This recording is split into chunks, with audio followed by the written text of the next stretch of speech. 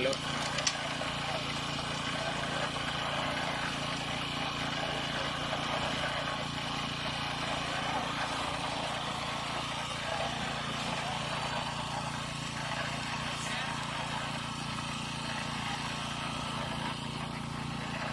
Limang tao, dalawa naghahakot ng aggregates, grabe buhangin, nagsasako, dalawa sa mixer at isang mason. Ayan.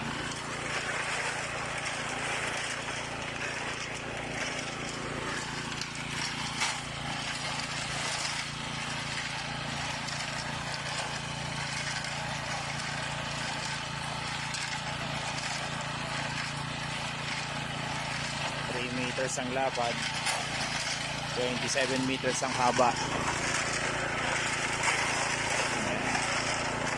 Ang kapal niya ay 6 inches. Ito pa yung kapal ng base. Pinaka gravel bedding niya. Ayan, 4G1 matibay, siguradong matibay. Ayan, ito paraan namin, ilalagyan namin ng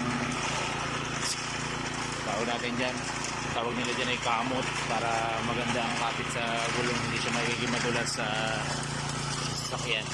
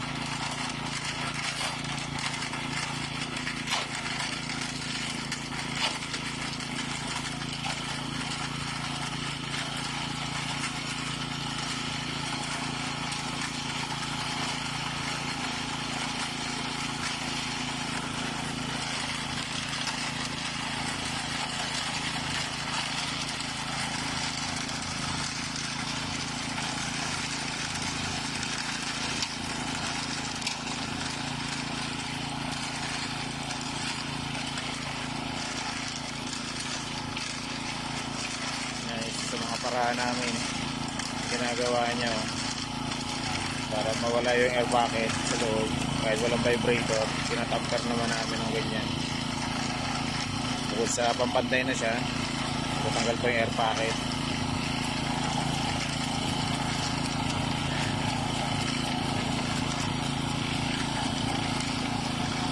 As well as naiwasan pa yung segregation.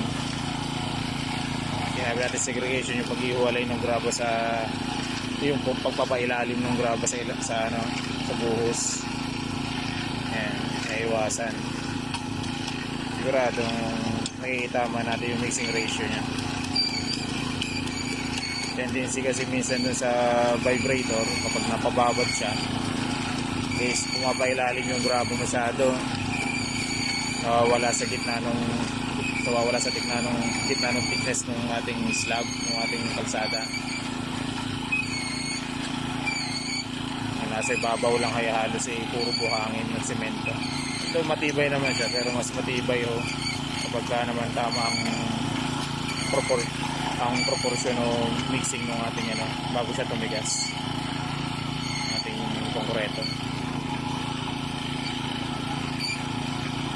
Ayan po, kita sa kulay pa lang, kita na po maganda ang halo.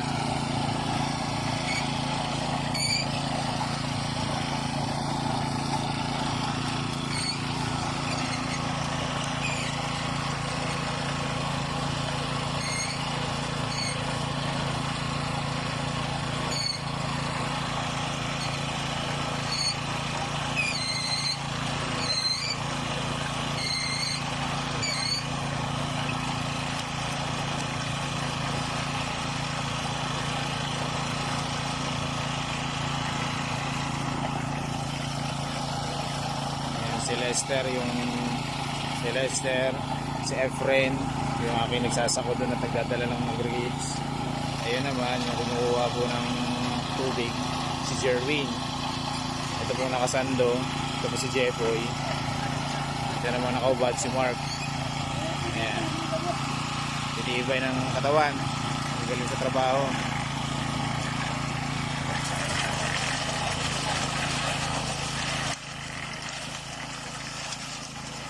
Gawang masisigasig at may malasakit.